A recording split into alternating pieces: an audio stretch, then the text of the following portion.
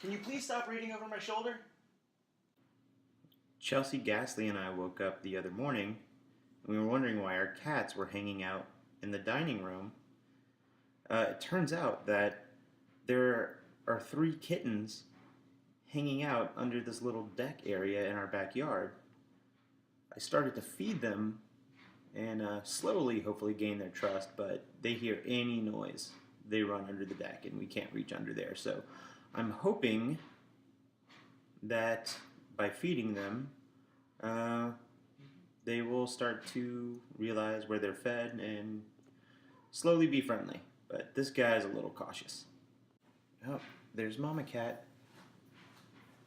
There's a gray one underneath the barbecue pit. And there's another black cat with white paws, and then there's another kitten on the other side. Oh my god, these little guys are so adorable. I want one, but I want to get them to safety first. Make sure that they're all checked out and that they don't have fleas or ticks. That's going to be tricky. I think I'm going to have to remove that entire deck-like structure in the corner of my yard, which we don't use anyway, so I guess I'll be fine. But guys, look at those kittens. And Baxter right here is going crazy. Day 2 of attempting kitten rescue. I'm slowly trying to gain their trust by giving them food.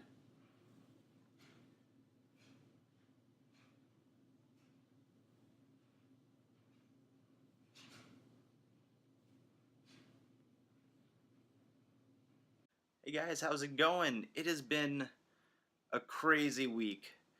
Just getting back to normal. Chelsea and I are back home from our wedding and our honeymoon / Disney trip, which I have put up a handful of videos on the YouTube now, which hopefully you've already seen. If not, please check out. I think I have 3 parts up at the moment. Our travel day, our first day on the ship, and then the day that we actually got married. I'm still kind of in the process of editing everything else, because I really filmed from the day we left the house to the day we got home, and that was maybe 11 days worth of stuff that I'm trying to sift through. But as promised, I'm also doing my regular vlog, and what am I gonna do? Like, I have some stuff that we have to do this weekend, but tonight my paranormal group, I don't know if you guys remember from a few vlogs ago in Dragon Con, I was me and my paranormal crew were asked to. Stella's talking in the background. She wants to be in on this too. Hush.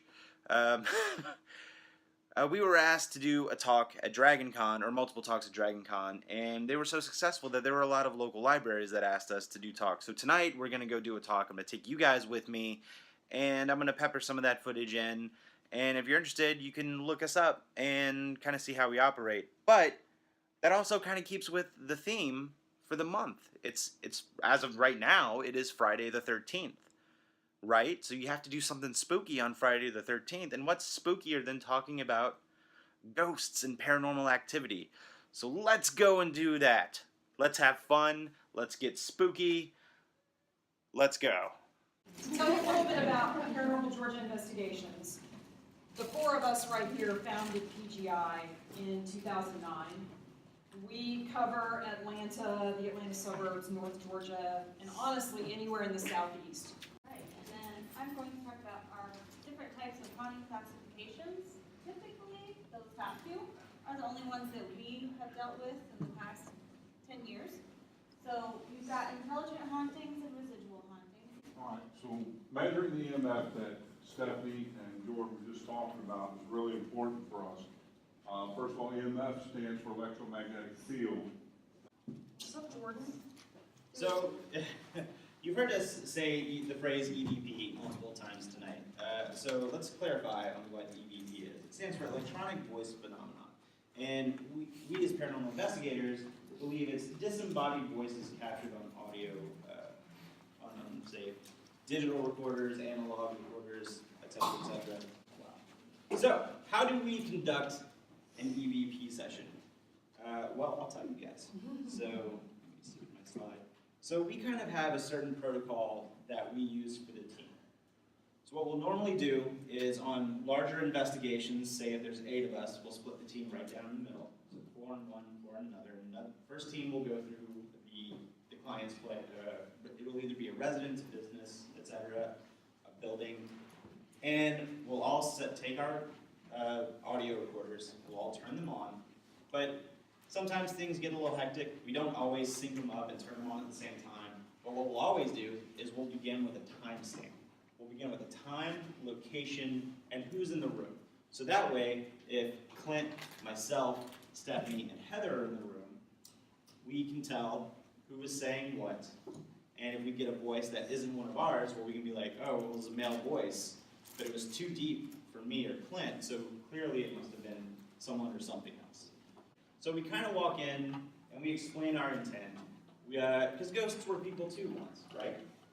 So we kind of come in and we say, listen, this is who we are, this is what we plan to do. So right after Tammy asked for Bonnie to close that door, if you listen close enough, you're going to hear the click of the door latch, the one that he closed. Buddy, if you're with us, can you close the door down there by your teddy bears?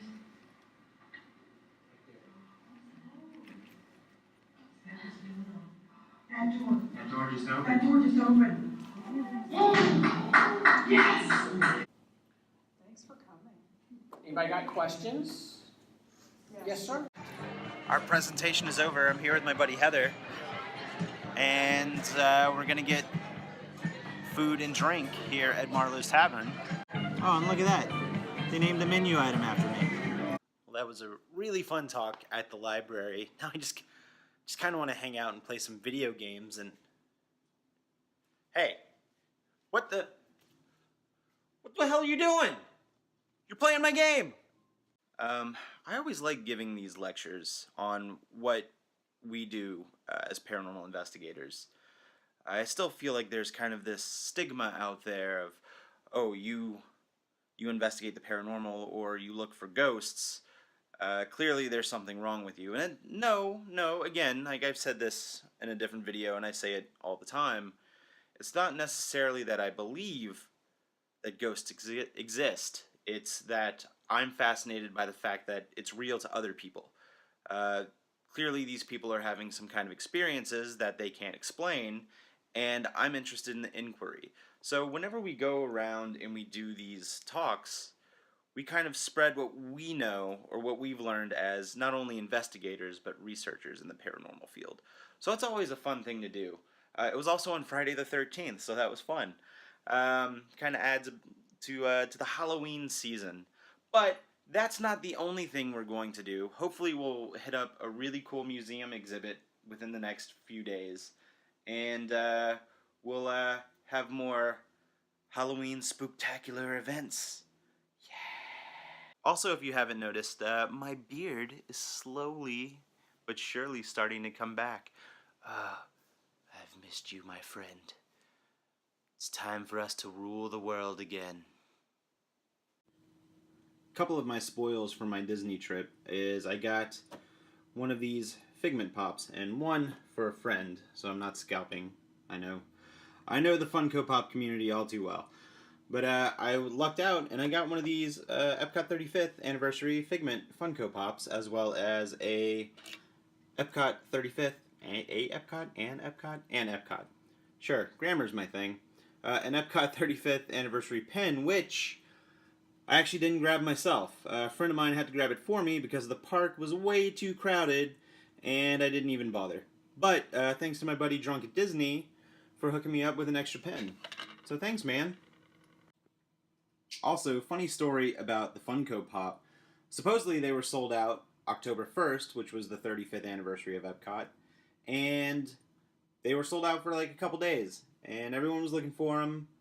2 days later, I went to Epcot on the 3rd, Road Journey to Imagination, walked into the gift shop, and there were like 6 shelves full of these things. So I ended up picking up these and a couple more for some friends who are hardcore Funko fans, and yeah. Like zoinks. Kitten watched day 7. Baxter watches over the kittens.